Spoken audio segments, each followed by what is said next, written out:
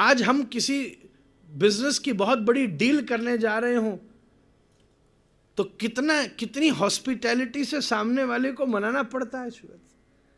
चार उसके भोजन भी क्या इंटरेस्टिंग लगता है, चाहे हमारी रुचि भी ना हो, हम वो खाते भी नहीं हो, देखते भी नहीं हो, पर चूंकि वो प्रसन्न हो जाए उसके लिए न जाने क्या क्या खाने और पीने की व्यवस्था, रहने की व्यवस्था, और विनम्रता से द्वार पर खड़े रह जाते हैं, क्योंकि वो हमें कोई एक महत्वपूर्ण व्यापार देने वाला है, वो लक्ष्मी देने वाला है। तो कोई घर भी तो आपको गृह लक्ष्मी देने वाला है। कितनी बड़ी विनम्रता उसके लिए चाहिए महाराज। क्या उसके ऋण से उऋण, ये अभिमान अधर्म है महाराज। हम केवल वर पक्ष के हैं, हम लड़के वाले हैं, ये अभिमान बहुत विचित्र है। उसी अभिमान में सड़कों के ऊपर भूत प्रेत की तरह नाचते हुए, मद्यपी होकर भयंकर गाली गलौज करके पागलों की तरह, ये कोई सभ्य परिवार का लक्षण है महाराज। ऐसे ऐसे कईयों को तो इतनी नाचने की आदत होती है, बैंड भी न चले तो जनरेटर की आवाज पे नाच लेते हैं महाराज। वो बाहर खड़ा धक धक धक कर रहा है, पहले चलता था ना, उसी पर नाच लिए। बोले भाई अभी तो शुरू भी नहीं हुआ। कैसी मूर्खतापूर्ण बात है। क्या क्या व्यक्ति अपनी कल्पनाओं में उलझा हुआ है। आप विनम्रता से जाइए, अपनी व्यवस्था स्वयं करके जाइए। हमारे गुरु महाराज तो ऐसा कहते थे, कन्या भी विवाह मंडप में जिस वस्त्र को पहनकर बैठे वो भी आपके द्वारा प्रदान किया हो। आप उसको भेजकर वो आपके द्वारा प्रदत्त वस्त्र को धारण करके फिर विवाहित होकर अब आपके घर में पधारी। इस त्याग और इस संस्कार के द्वारा ही तो उस कन्या का आपके घर के प्रति कोई सम्मान उदित होगा। क्या परंपराओं से सम्मान होता है कि कमाया जाता है?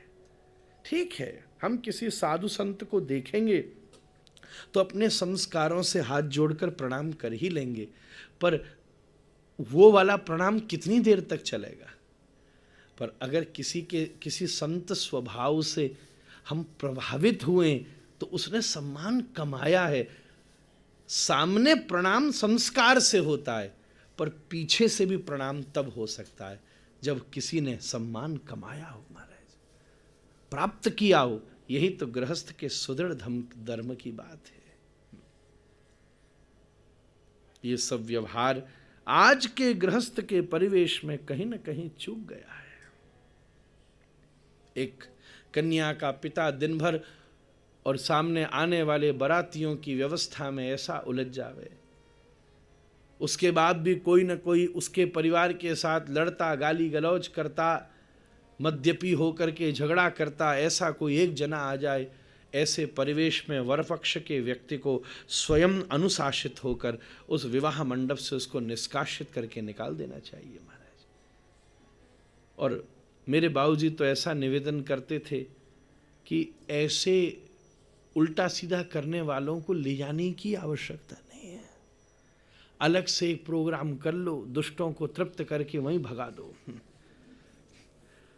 जहां यज्ञ होना है, जहां ऐसी विधि पूजा करने वाले हो, वहां सात्विक से सात्विक व्यक्ति जो आपका वास्तविक हितैषी हो, आपका खूब आनंद से आपके प्रति, वहां संत ब्राह्मण बैठे ऊंचे अच्छे विचारी संस्कार, जो उस यज्ञ की व्यवस्था से प्रसन्न होते हो।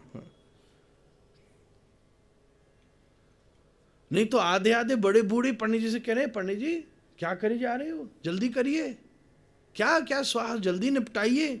हम पूर्ण सम्मान के साथ कन्या पक्ष की तरफ उपस्थित रहें, जिससे उसको गर्व का अनुभव होवे कि हम ऐसे सुसंस्कारी परिवार में अपनी इस सुकन्या को प्रदान कर रहे हैं। तभी तो हृदय में वो सम्मान का उदय होगा, और सम्मान ही तो आपके वंश में उस श्रेष्ठ आदर्श को स्थापित करेगा।